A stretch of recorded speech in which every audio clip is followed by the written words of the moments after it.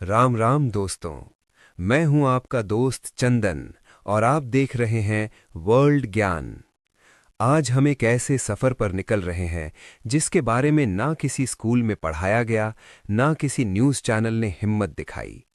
आज बात होगी आपके उस स्मार्टफोन की जो आपके हाथ में है। दोस्तों, हम सबको लगता है कि कचरा वही है जो खेत में दिखता है या जो सड़क पर पड़ा होता है। लेकिन क्या आपने कभी सोचा है कि आपके फ़ोन में पड़ी वो 5 साल पुरानी बेकार फ़ोटो, वो धुंधला वीडियो या वो पुराना गुड मॉर्निंग मैसेज, वो असल में इस धरती को जिंदा जला रहा है? नहीं, ये कोई कहानी नहीं है। आज मैं आपको उस डिजिटल कब्रिस्तान की सैर करवाऊंगा जो हमारी आंखों के सामने है, पर हमें दिखता नहीं। इस 1 घंटे की विशेष रिपोर्ट में हम पर्दाफाश करेंगे उन बड़ी कंपनियों का जो आपको फ्री स्टोरेज का लालच देकर हमारी मिट्टी और पानी लूट रही हैं। अगर आप वर्ल्ड ज्ञान पर नए हैं तो अभी सब्सक्राइब करें, क्योंकि आज की जानकारी आपके होश उड़ा देगी। दोस्तों, हम सब ने सुना है, फोटो क्लाउड पर सेव कर दो। हम सबको लगता है कि क्लाउड मतलब आसमान, यानी हवा में कुछ है जहां सब सुरक्षित है। लेकिन किसान भाइयों, ये क्लाउड कोई आसमान नहीं है, ये एक बहुत बड़ा धोखा है। असल में ये क्लाउड करोड़ों टन लोहे और तांबे से बनी वो विशाल इमारतें हैं जो रेगिस्तान और पहाड़ों के बीच छुपी हैं। इन्हें हम डेटा सेंटर्स कहते हैं। सोचिए, आपने एक सेल्फी खींची और वो सेव हो गई। उस सेल्फी को हमेशा के लिए जिंदा रखने के लिए एक मशीन को 24 घंटे 365 दिन चलना पड़ता है। जब एक ट्रैक्टर का इंजन दिन भर चलता है तो वो कितना गर्म हो जाता है। फिर सोचिए, जहां करोड़ों कंप्यूटर्स एक साथ चल रहे हों, वहां कितनी भयानक गर्मी पैदा होती होगी। इन मशीन्स को ठंडा रखने के लिए हमारी नदियों का साफ पानी हवा में उड़ाया जा रहा है। आपकी एक याद को बचाने के लिए धरती का एक हिस्सा प्यासा मर रहा है। दोस्तों, क्या आपको पहले ये पता था? कमेंट में हाँ या नहीं लिखकर बताएं। अब एक और कड़वा सच सुनिए। साइंस की भाषा में एक शब्द है डार्क डेटा। ये वो डेटा है जिसे हमने सेव तो कर लिया, पर हम उसे दोबारा कभी नहीं देखते। एक सर्वे कहता है कि दुनिया का 90% डेटा डार्क डेटा है। ये वो ज़ॉम्बी यानी मुर्दा यादें हैं जो खत्म हो चुकी हैं, लेकिन उन्हें जिंदा रखने के लिए सर्वर्स को खून पसीना बहाना पड़ता है। हमारे किसान भाई खेत में खरपतवार यानी वीड निकाल देते हैं ताकि फसल अच्छी हो, लेकिन डिजिटल दुनिया में हमने इतना कचरा जमा कर लिया है कि अब फसल नहीं, सिर्फ गर्मी उग रही है। हर बेकार ईमेल धरती पर उतना ही बोझ डालती है जितना एक कार 20 मीटर चलने पर धुआं छोड़ती है। सुनने में ये थोड़ा लगता है, लेकिन जब 800 करोड़ लोग ये करते हैं तो ये एक मौत का सैलाब बन जाता है। वीडियो को लाइक जरूर करें ताकि ये सच्चाई हर किसान तक पहुंचे। पहले जमाने में विदेशी लोग आते थे हमारा सोना लूटने। आज ये कंपनियां आई हैं हमारा ग्राउंड वाटर और हमारी बिजली लूटने। ये कंपनियां हमें कहती हैं, और फोटोज खींचो और वीडियोस बनाओ, स्टोरेज हम देंगे। क्यों? क्योंकि जितना ज्यादा डेटा आप जमा करेंगे उतना ज्यादा इनका धंधा चलेगा। लेकिन कीमत कौन चुका रहा है? कीमत चुका रहा है हमारा देश का किसान। इन डेटा सेंटर्स से निकलने वाली गर्मी हमारे मौसम के चक्कर को बिगाड़ रही है। आज जो बिन मौसम बारिश हो रही है, जो गर्मी पिछले 100 साल का रिकॉर्ड तोड़ रही है, उसके पीछे इन डिजिटल कब्रिस्तानों का बड़ा हाथ है। हम अपने बच्चों को पुरानी फोटोज तो दिखा पाएंगे, पर शायद उन्हें पीने के लिए साफ पानी और खेती के लिए ठंडी जमीन नहीं दे पाएंगे, क्योंकि अभी तो पर्दाफाश शुरू हुआ है। राम राम दोस्तों, वर्ल्ड ज्ञान की इस विशेष रिपोर्ट के दूसरे हिस्से में आपका स्वागत है। पहले हिस्से में हमने देखा कि कैसे हमारा फोन एक अदृश्य कचरा फैला रहा है। अब सवाल ये उठता है कि जब ये इतना खतरनाक है तो गूगल, एप्पल और फेसबुक जैसी कंपनियां हमें रोकती क्यों नहीं? क्यों वो बार बार कहती हैं कि और स्टोरेज ले लो, सब कुछ सेव रखो? दोस्तों, इसके पीछे एक बहुत बड़ा बिजनेस मॉडल छुपा है। आज हम इनके उन चमचमाते दफ्तर के पीछे का अंधेरा सच देखेंगे।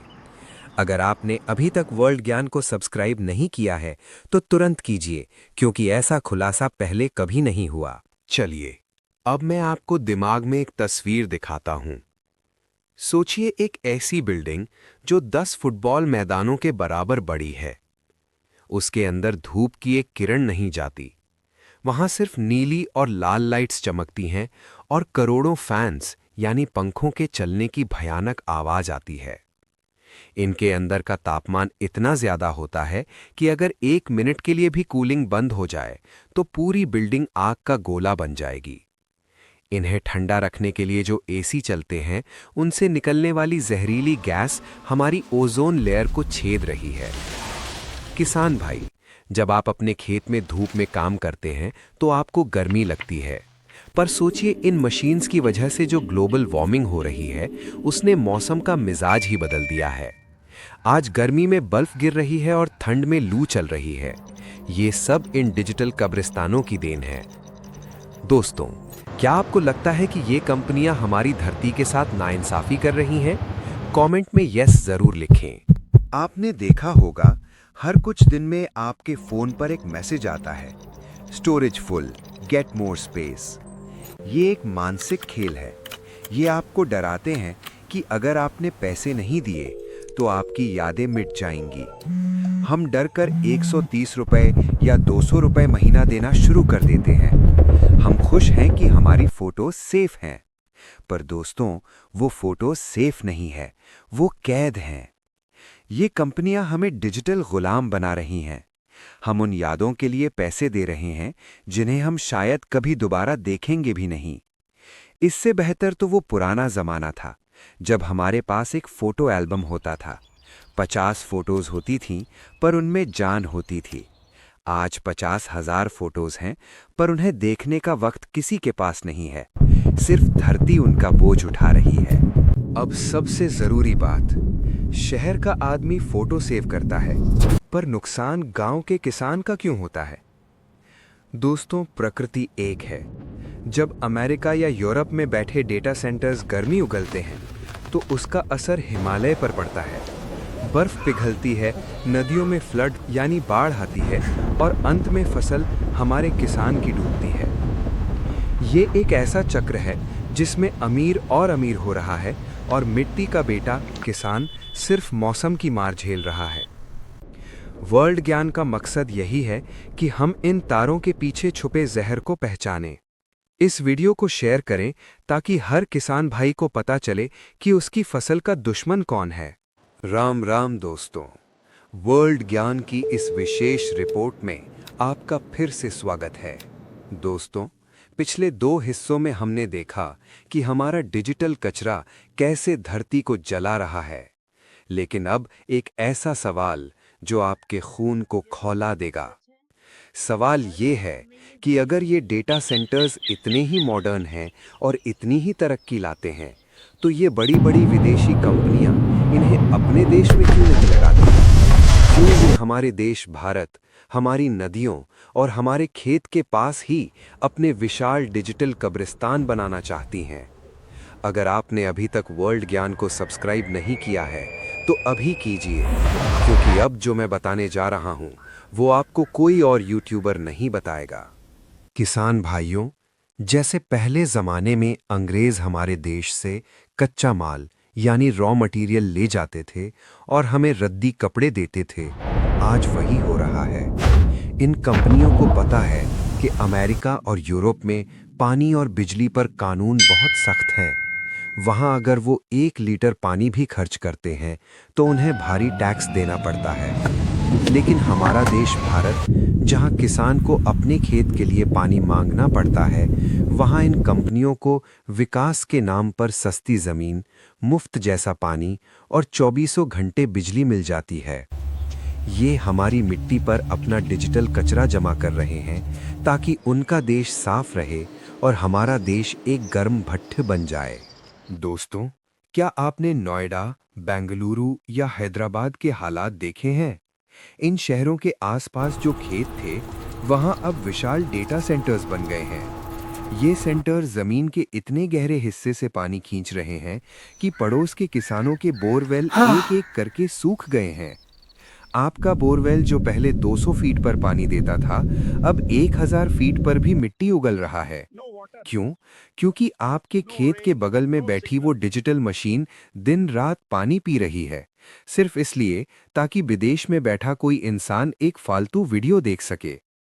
वर्ल्ड ज्ञान की टीम ने देखा है कि कई जगहों पर इन सेंटर्स को इंडस्ट्रियल रेट्स पर सस्ता पानी मिलता है, जबकि किसान को सिंचाई के लिए कर्ज लेना पड़ता है। क्या ये नाइंसाफी नहीं है? दोस्तों, क्या आपके इलाके में भी पानी का स्तर यानी लेवल नीचे गया है? कमेंट में अपने शहर या गांव का नाम जरूर लिखें। बात सिर्फ पानी की नहीं है दोस्तों। हर 3 से 4 साल में इन डेटा सेंटर्स की मशीन्स पुरानी हो जाती हैं, फिर उन्हें बदल दिया जाता है। ये पुरानी मशीन्स, जिसे हम ई वेस्ट कहते हैं, कहाँ जाती हैं? इनमें से बहुत बड़ा हिस्सा हमारी मिट्टी में दबा दिया जाता है या खुले में छोड़ दिया जाता है। इनमें लेड, मर्क्यूरी और कैडमियम जैसे खतरनाक जहर होते हैं, जो धीरे धीरे जमीन के अंदर रिस कर हमारे पीने के पानी और हमारी फसल में मिल रहे हैं। जो किसान भाई गर्व से कहता है कि उसकी फसल शुद्ध है, उसे पता भी नहीं कि उसकी मिट्टी में डिजिटल जहर मिल चुका है। इन कंपनियों ने हमें एक नया कर्ज दे दिया है, क्लाउड स्टोरेज का कर्ज। पहले जमाने में साहूकार जमीन गिरवी रखता था। आज ये कंपनियां हमारी यादें और हमारा डेटा गिरवी रख रही हैं। हम हर महीने उन्हें पैसे देते हैं सिर्फ इसलिए कि हमारी पुरानी बेकार फोटोज डिलीट ना हो जाएं। ये एक ऐसा नशा है जिसमें हम फंसते जा रहे हैं। हमें लग रहा है कि हम डिजिटल हो रहे हैं, पर असलियत में हम डिजिटल गुलाम बन रहे हैं। हम उन मशीन्स की गर्मी मिटाने के लिए अपना ग्राउंड वाटर और अपनी फसल कुर्बान कर रहे हैं। अगर आपको लगता है कि ये जानकारी हर किसान तक पहुंचनी चाहिए, तो इस वीडियो को शेयर का बटन दबाकर हर व्हाट्सएप ग्रुप में भेज दीजिए। आज वर्ल्ड ज्ञान इस मंच से सवाल पूछता है कि क्या हमें ऐसा विकास चाहिए जो हमारी नदियों का गला घोटे? क्या हमें ऐसी टेक्नोलॉजी चाहिए जो हमारे किसान को प्यासा मारे? हमें टेक्नोलॉजी चाहिए, पर हमारी मिट्टी की शर्तों पर।